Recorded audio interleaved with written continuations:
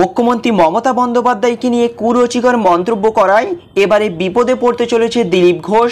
Suspend হতে পারে, প্রার্থীপদও বাতিল করা হতে পারে বলে জানা গেছে।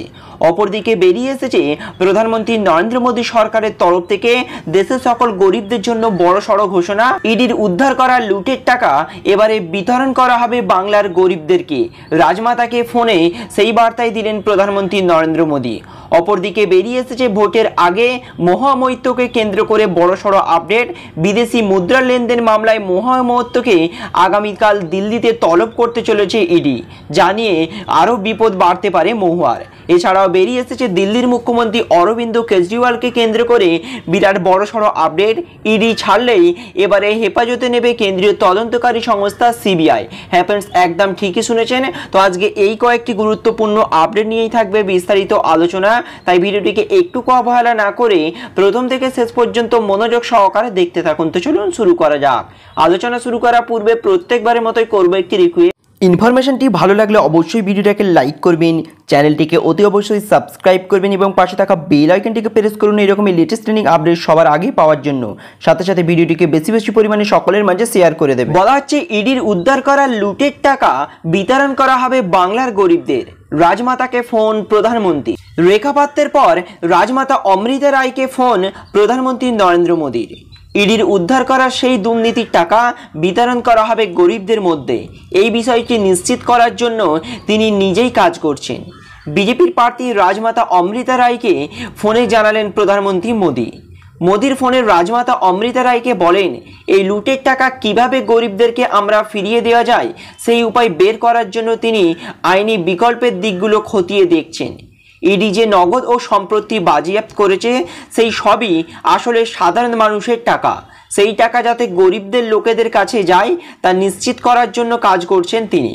মোদী আরও বলেন, বিজেপি যেমন একদিকে দেশ থেকে দুর্নীতি নির্মূল করতে বদ্ধপরিকর, তেমনি সমস্ত দুর্নীতিপরায়ণরা একজোট হয়েছেন একে অন্যকে বাঁচাতে।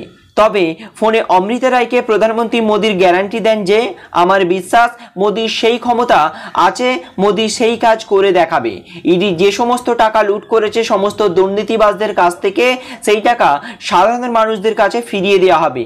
শুধু তাই নয়, রাজমাতা অমৃতা রায়ের সঙ্গে প্রধানমন্ত্রী নরেন্দ্র মোদী 8 মিনিট বার্তালাপ করেন।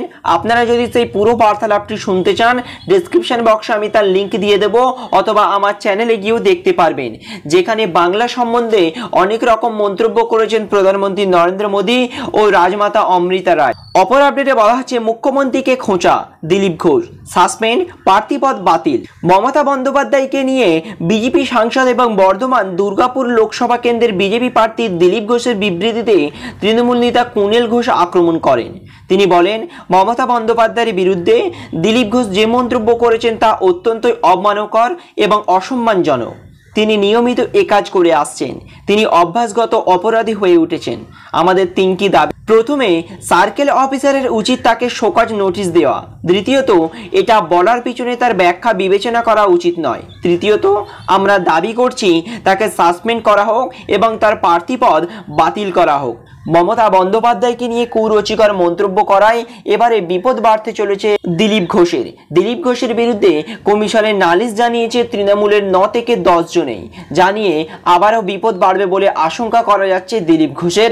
এমনকি প্রার্থীপদও বাতিল করা হতে পারে বলে আশঙ্কা প্রকাশ করা হচ্ছে দিলীপ ঘোষের ব্যাপারে। অপর আপডেটে বলা হচ্ছে নিস্তার নেই কেজরিওয়ালের। ইডি ছাড়লেও হেফাজতে নেবে এই এজেন্সি। বিপদ বাড়তে পারে দিল্লির মুখ্যমন্ত্রী অরবিন্দ কেজরিওয়ালের। সূত্রের খবর, আবগারি নীতি মামলায় এনফোর্সমেন্ট ডিরেক্টরের রিমান্ড শেষ হওয়ার পর তাকে হেফাজতে নিতে পারে সিবিআই। কাছেই খুব তাড়াতাড়ি ইডি সিবিআইয়ের চক্কর থেকে বের হওয়ার সম্ভাবনা নেই আপ প্রধান অরবিন্দ কেজরিওয়ালের। 21শে মার্চ আবগারি দুর্নীতির সঙ্গে যুক্ত তহবিল তছরূপে এক মামলায় তাকে গ্রেপ্তার করেছে এনফোর্সমেন্ট ডাইরেক্টর। 28শে মার্চ অর্থাৎ আগামীকাল পর্যন্ত কেজরিওয়ালকে এনফোর্সমেন্ট ডিরেক্টরের হেফাজতে নির্দেশ দিয়েছে পিএমএলএ আদালত। এদিকে দিল্লি হাইকোর্ট তার গ্রেপ্তারিকে চ্যালেঞ্জ করেছে কেজরিওয়াল। এদিনে এই মামলার শুনানি হয়েছে। এবারে ইডির হেফাজত থেকে বেরোলেই কেন্দ্রীয় তদন্তকারী সংস্থা সিবিআই আবারও কেজরিওয়ালকে হেফাজতে নিতে পারে বলে জানা যাচ্ছে। অপর আপডেটে বলা হচ্ছে এবার বিদেশি মুদ্রা লেনদেন মামলায় মহুয়া মৈত্রকে দিল্লিতে তলব ইডি। মহুয়া মৈত্রকে তলব করলো ইডি। আগামীকাল বৃহস্পতিবার দিল্লিতে কৃষ্ণনগরের তৃণমূল প্রার্থীকে তলব করছে কেন্দ্রীয় তদন্তকারী সংস্থা। বিদেশি মুদ্রা লেনদেন সংক্রান্ত মামলায় মহুয়াকে জিজ্ঞাসাবাদ করতে চায় ইডি। অভিযোগ, ফরেন এক্সচেঞ্জ ম্যানেজমেন্ট অ্যাক্ট এর লঙ্ঘন করেছেন মহুয়া মৈত্র। তাই আগামীকাল আবারও তাকে দিল্লিতে তলব করার জন্য ডাক দেওয়া হয়েছে। ভোটের মুখে মহুয়া মৈত্রকে এই দিল্লিতে তলব খুব একটা ভালো চোখে দেখছে না তৃণমূলের একাংশই। তাহলে কি আবারও এই বিদেশি মুদ্রা লেনদেনের মামলায় তলব করার নামে কেন্দ্রীয় তদন্তকারী সংস্থা ইডি এবারে মহুয়া মৈত্রকে গ্রেপ্তার করতে চলেছে? এখন দেখা যাক এই মহুয়া মৈত্রকে কেন্দ্র করে আগামীকাল কি গুরুত্বপূর্ণ আপডেট উঠে আসে। ইডির ডাকে কি সাড়া দেবে মহুয়া মৈত্র, নাকি ইডির ডাকের এই সাড়াকে ভোটের আগে এড়িয়ে যাবেন তিনি? এ ব্যাপারে আপনার কি মতামত? এই বিদেশি মুদ্রা লেনদেন মামলায় মহুয়া মৈত্র কতটা অপরাধী বলে আপনার মনে হয়? এ ব্যাপারে আপনার গুরুত্বপূর্ণ মতামতটি অবশ্যই আমাদেরকে কমেন্ট বক্সে লিখে জানাবেন। Thank you friends, thank you for watching.